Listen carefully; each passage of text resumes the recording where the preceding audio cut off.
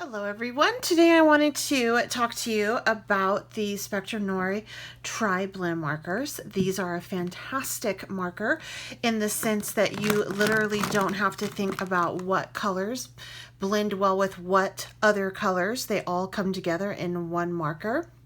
So the price point on them I feel is fairly fair. I think they're about $7 or $8 a marker, whereas to get 3 Copic markers to do the same thing, you could be out as much as $24. The drawback is they're a little bit squeaky when you use them, and they can dry out faster than a Copic because the barrel on each of them is smaller. But how it works is you have the light tip on one end, and there's only one type of tip on these, and then you have the medium in the middle, and then you have the dark on this end. So it's pretty cool how they came up with this. Let's go ahead and do a demo. I'm going to color in 2 simple shapes, some images, and then we'll do some skin and hair. And I thought I would start first with this iced coffee. The images I'm using today are from Ink Road Stamps. So let's start with this image right here, and I want to color the whipped cream pink. So I want to do like this pale pink. So you're going to start with your light first. Always put a piece of paper underneath of what you're coloring because it will seep back through, and that is how you get the bleed through.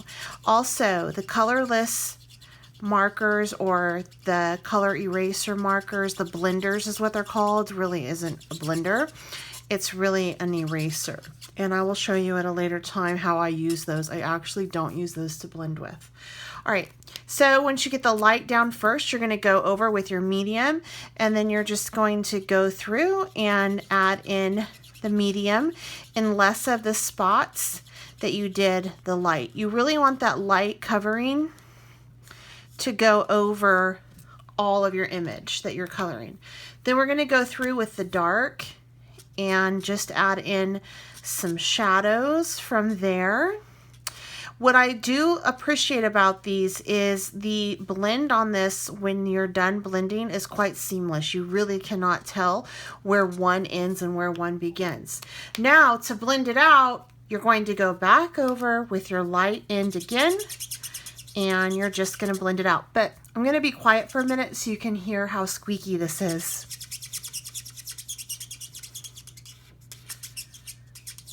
Pretty squeaky, right? So let's go ahead and do that again on the bottom. And so for this color, I'm going to be using the Ice Blue Blend. Again, I'm just going to start with the light.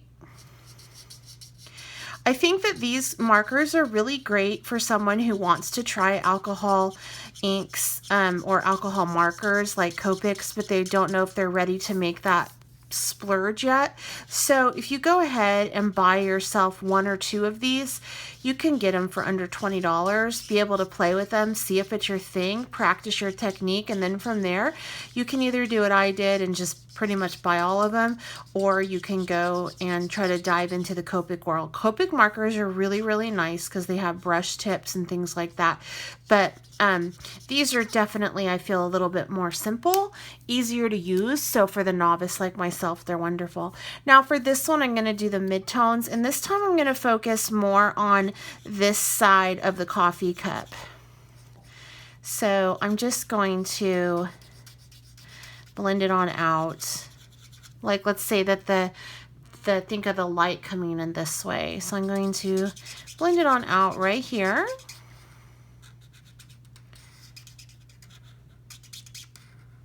And then I'm going to go ahead and add in the dark in even less places where more of the shadow, you'd be more inclined to have a shadow. So about right there, and then up here in the corner here.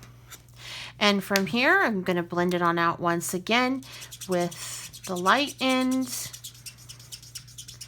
And I just go over all of it.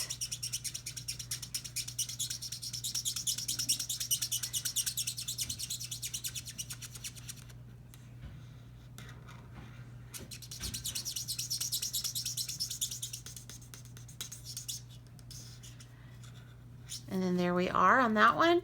And for the straw, I'm just going to take the dark color and just color it in like so. All right, so that is what the pale pink and the ice blue blend looks like. So let's go ahead and do another blend on this one, and then we'll move on to the hair and the skin tone.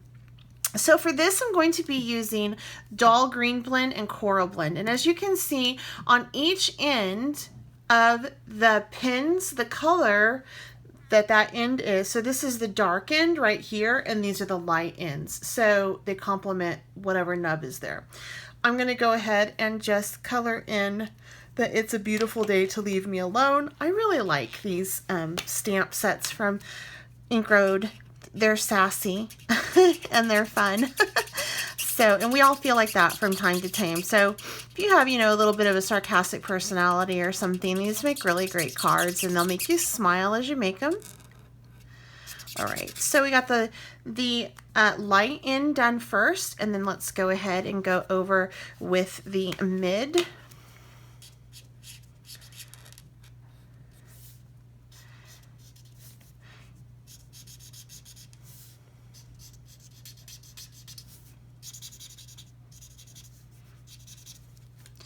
And then I'm going to go on in with my dark.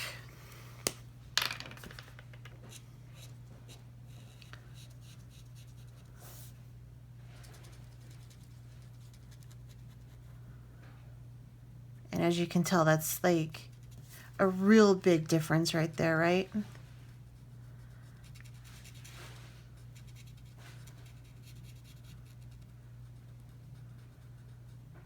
And I'm actually going to just kind of go up on this sleeve. Okay, and then we're going to blend again. We're just going to go back, hit it one more time with that light. I'm going to move this because I know I have good coverage and you can see the colors on the back, but it's important that you move it around as well because it will soak through your scrap piece of paper even and start to seep back up. So if you notice that's happening, just move it every once in a while to give it a chance to dry. And you just keep coloring over the section you want blended until you get it to your liking. And if the lines are too harsh, just keep going over it and they'll eventually soften like so. And I do apologize for noise in the background. My family is home. All right, and now we're going to go ahead and add our doll. Oh, but you know what? I want to do the lid, and I always like to make the lid the same color as the coffee cozy. Just kind of my thing. The lid and the lip there. So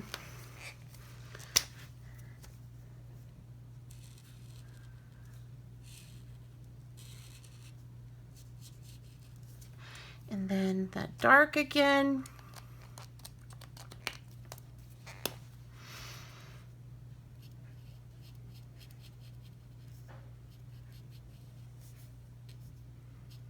And I got some on the outside right there, and I'm going to show you what you can do to camouflage that in a minute.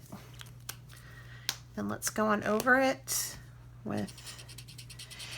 One thing you can do is if you have a colorless blender, you can go ahead and push that ink back in. But I find that a little bit cumbersome because what happens when I start to push that ink back in is it actually removes some of the ink that I'm pushing into, and I'll end up with a white dot.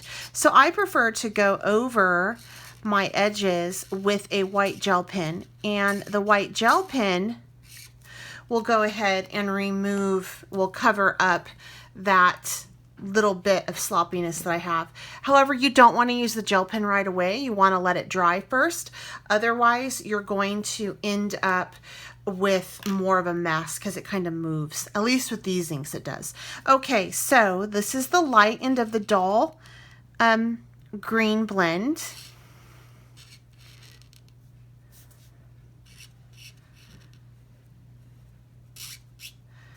And the gel pen, the technique I'll show you to cover up your sloppiness, actually works really well on all alcohol ink. You don't have to just use this on your Spectrum Noir Tri-Blend. This will work well on your Copics too, to get rid of those colors. Okay, so we're going to go in with the light, the medium, excuse me.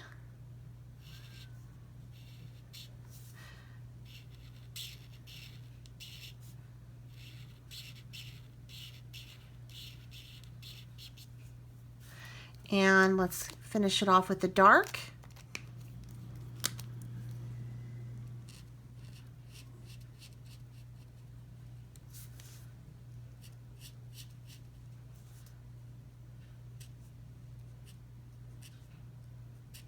I am not a colorist, so I just kind of go by what I think looks good. Then I'm going to go in with the light and just color that through.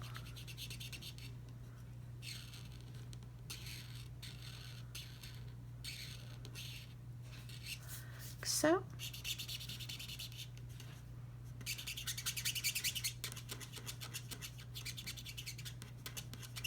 You know, and those lines look really harsh, but it's amazing how once you start to go over it with that light color, it really does blend out nicely. And if you want there to be even more shading, you just continue to go over it with the darker color. Let's say that I wanted more color in my corners. So let's say I want to do a little bit more color right here in this corner. Then I would just take that dark color once again, put it over in the corner, then go over it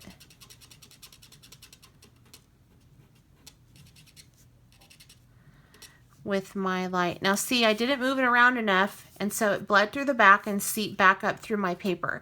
So now I need to do cleanup on this, but I want to wait a little bit for this to dry before I do the cleanup on it. Otherwise, the white is just going to move that color around, the white gel. All right, so, and one way you can do that, you can speed that up by using a heat gun.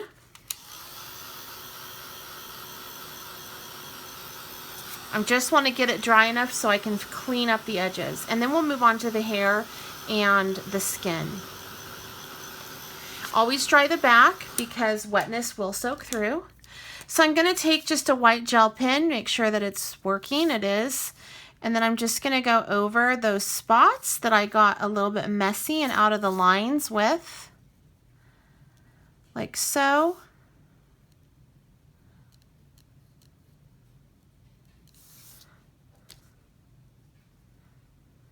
And if it's a darker color, you're going to have to probably go over it a little bit more. If you have a paint over pen in a fine tip, that would work as well. And that's just how you clean that up. All right, so let's go ahead and do this one. My favorite thing to do in the whole world is hair. I'm going to make her gray. So I want to use my fair skin on this one. I have a tan one, and I also have a fair skin. The tan is this blend. I'll show you the dark end on both. The reason why I'm using the fair skin blend is because this one is getting dry, and I want to show you how you can still work with these if they are getting dry. So I'm just going to go over, and with the skin tones, you just want to add shadowing. But I can always tell when one's getting dry because it gets even more squeaky, and the blending, like I don't know if you can tell, there's not as much coverage right there as a new juicy pen. But I don't feel that bad about it because I'm not out a ton of money. Again, you know, this is a $7 3 compared to $24 with Copic markers. So, you know, and ink runs out. I do not know if these are refillable or not. I haven't gotten that far yet. That's something I need to look up. Then let me do a medium. So for the medium, I'm just going to, again, I'm just going to go around in some spots.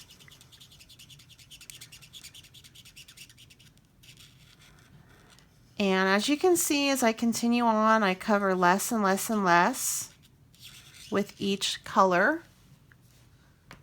And then for the dark, I did save the most fun for last though, you guys. I do love doing some hair.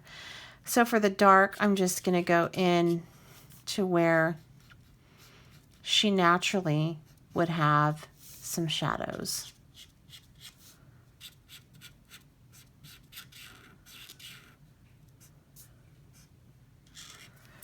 And then let's just go back over here.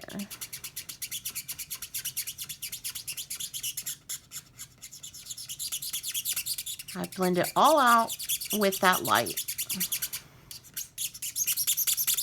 And even though this is starting to dry out, it still is working. I just have to work a little bit harder at it. But now she has a nice skin tone in the back. And I'll show you another sample I did with the dark skin tone as well in just a moment. So I'm going to do the Icy Gray blend. And I'm going to start off again with the light color, the light gray. And I'm just going to do a nice coverage all over. The reason why I like this particular stamp is because it,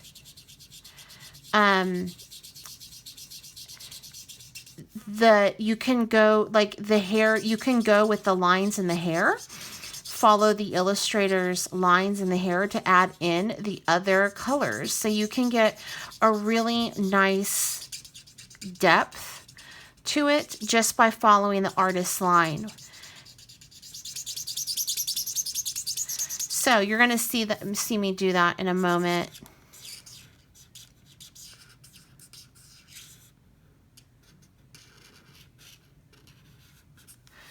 All right, so there's that. And I'm going to go through the mid now, and I'm just going to follow this around. And you see how I'm just kind of coloring in where the artist has already put the lines. I'm just using the illustrator's lines to do my coloring. So this is the mid-tone.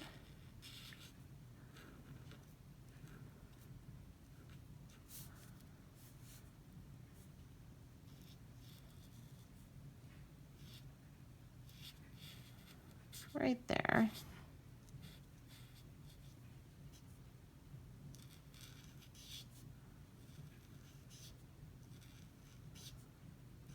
All right, now I'm going to go through and add in a couple spots with the dark over some of that mid-tone, the mid-shade.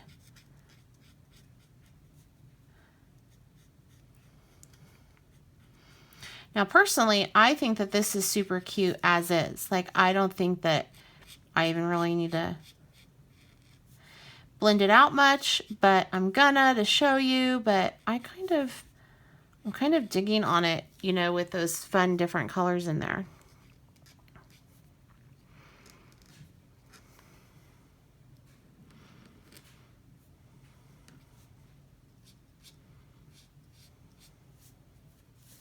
All right, and I'm just going to go over all of it once again with my light.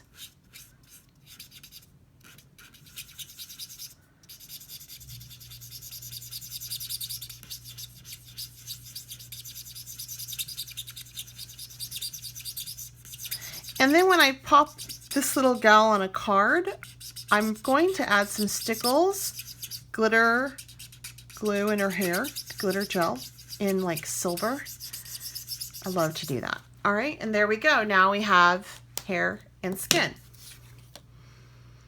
So see how cute that is? And then here's some other samples of what those colors look like. Excuse the scratch papers that I'm using them on, but I wanted to use up some of my Nina cardstock that I had scraps of, so it just seemed perfect. This one I actually threw in like some pinks and purples. She has the tan skin, and then that's a coral top. And then for this one, I actually did the background with citrus, and I did warmer undertones with some orange, some red, and some brown on her, and her skin tone is actually the fair again. And then I have this one in which I did a straight up brown hair with the tan skin. And here are some colors that I did on some of the different mugs. just to give you an idea of how this all these colors work. But they're really fun, so much fun, lots of fun. All right, if you're interested in the Spectrum Noir markers, the tri-tip, I do have a link provided down below. If you notice, if you look below the video, if you're on a mobile phone, right over here, there's a little arrow. If you point the arrow, it's going to extend out the description box and you're going to see some affiliated links. Go ahead and find the link that says the Spectrum, the Tri-Blend. Click it and that'll take you directly over to it. If you are on a computer, you actually have a little tab that says More, and you're going to just click on that and it'll drop down. All right, I certainly hope you enjoyed this video. If you have any questions, please leave them down below. If you enjoyed it, please give it a thumbs up. And if you haven't subscribed, I certainly hope you consider doing so. And I would love it if you shared. Until next time, I'm Betsy Golden. Happy crafting.